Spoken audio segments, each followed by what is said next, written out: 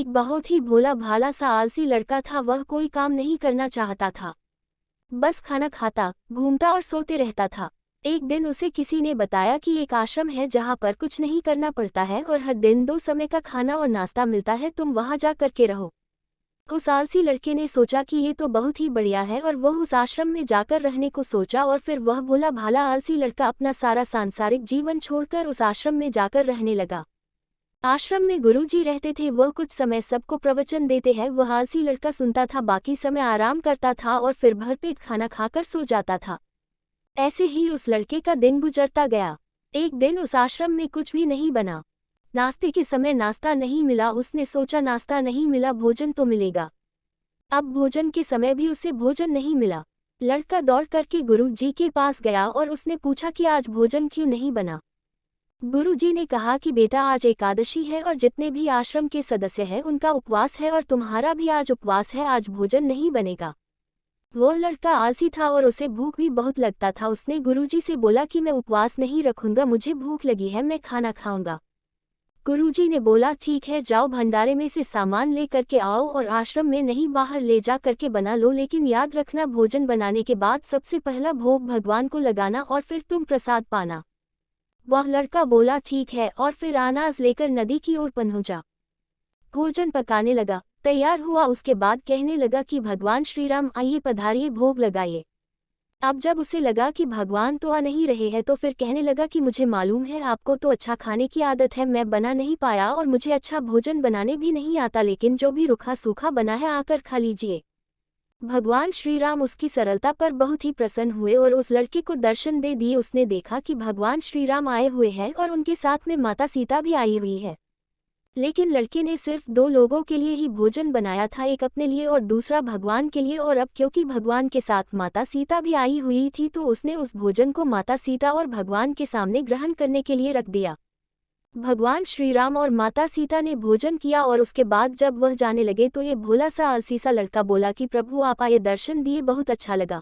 मुझे खाने को कुछ नहीं मिला, लेकिन कोई बात नहीं, लेकिन आपसे एक विनती है कि अगली बार जब आप आएंगे तो कितने लोग आएंगे ये बता दीजिए ताकि मैं उतने लोगों के लिए भोजन बनाकर रखा रहूं। भगवान श्री राम मन ही मन मुस्कुराए और फिर अंतर ध्यान हो गए। लड़का आश्रम गया, दिन बीतता गया और फिर एकादशी का दिन आया और इस बार उसने 3-4 लोगों के लिए अनाज ले करके खाना बनाने के लिए नदी के किनारे पहुंचा और उसने बड़े प्रसन्नता से भोजन बनाया और इंतजार करने लगा कि प्रभु आइए और भोग लगाइए। इस बार लड़का देखता है कि भगवान श्री राम पूरा राम दरबार ले करके आए हैं, जैसे माता सीता, लक्ष्मण, भरत, हनुमान जी और सभी लोग आए हैं। लड़के ने 3-4 लोगों का भोजन बनाया था और इस बार भी भोजन कम पड़ गया। लड़के ने निराश होकर भोजन को प्रभु के आगे रख दिया। उन्होंने भोजन किया और फिर चले गए और इस बार भी लड़का फिर से भूख रह गया। अब लड़का फिर आश्रम गया, दिन बीतता गया और फिर एकादशी का दिन आया और इस बार गुरुजी से कहने लगा कि गुरुजी मुझे इस बार थोड़ा ज्यादा अनाज चाहिए। गुरुजी सोचने लगे कि यह इतना सारा अनाज का करता क्या है, कहीं इसे बेचता तो नहीं है। फिर उन्होंने कहा कि ठीक है, भूख से परेशान रहता है। लड़के ने कहा कि नहीं गुरुजी, मैं भूख से परेशान नहीं रहता हूँ, प्रभु के साथ बहुत लोग आते हैं, उनको भी तो भोजन करना पड़ता है। गुरुजी को लगा कि लड़का पागल हो गया है, लेकिन गुरुजी ने सोचा कि चलो एक बार चलकर देखते ही कि लड़का इस अनाज का करता क्या है। वह भोला सा लड़का अनाज ले करके नदी के किनारे पहुंचा और इस बार भोजन बनाया नहीं। उसने सोचा कि प्रभु हर बार ज्यादा लोगों को ले करके आते हैं, इस बार वह जितने भी आएंगे खुद बना करके भोग लगा लेंगे और फिर प्रेम से प्रभु को बुलाने लगा। गुरुजी ये सब छुपकर देख रहे थे कि ये भोजन तो बनाया नहीं और प्रभु को बुला रहा है, लेकिन लड़के ने देखा कि इस बार प्रभु के साथ बहुत से लोग आए हुए हैं तो उसने प्रभु के सामने हाथ जोड़ करके कहा कि प्रभु माफ करना, आप बहुत सारे लोग आते हो, मुझे संख्या पता नहीं होती है और मेरी हिम्मत भी नहीं होती है कि इतने सारे लोगों के लिए भोजन बनाओ। आप स्वयं आइए, बनाइए, खाइए और भोग लगाइए। प्रभु मुस्कुराते हैं और अपने साथ आए सभी लोगों के साथ मिल करके भोजन बनाते हैं। गुरुजी ये सब छुप करके देखते हैं और फिर लड़के के पास आ करके कहते हैं कि तुम ये कर क्या रहे हो। लड़का कहता है कि गुरुजी आपको दिख नहीं रहा है कि भगवान श्री राम पधार चुके हैं, माँ सीता आई हुई है, हनुमान जी आए हैं और भी सभी लोग आए हुए हैं, भोजन बन रहे हैं। गुरुजी ने बोला कि पागल हो गया है, मुझे तो कोई दिख नहीं रहा है।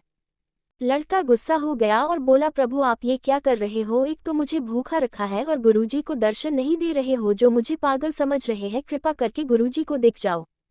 भगवान बोले, नहीं, मैं इन्हें नहीं देख सकता। लड़का बोला, क्यों नहीं दिख सकते? मेरे गुरुजी तो बहुत महान है, बहुत बड़े ज्ञानी और ज्ञाता है। भगवान बोले, हाँ, ज्ञानी और ज्ञाता होंगे, लेकिन तुम्हारी तरह सरल नहीं है। जो सरलता तुम में है वो तुम्हारे गुरुजी में नहीं है। लड़के ने ये बात गुरुजी से कह दी कि भगवान श्री राम कह रहे हैं कि आप में सरलता नहीं है, आप मेरी तरह सरल नहीं है, इसलिए आपको नहीं दिख सकते।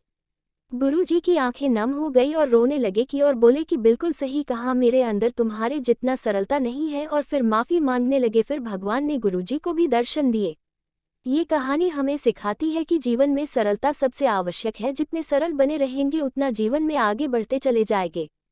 जब आप सरल होते हैं तो आप खुद भी मुस्कुराते हैं और दूसरों को भी मुस्कुराने की वजह देते हैं।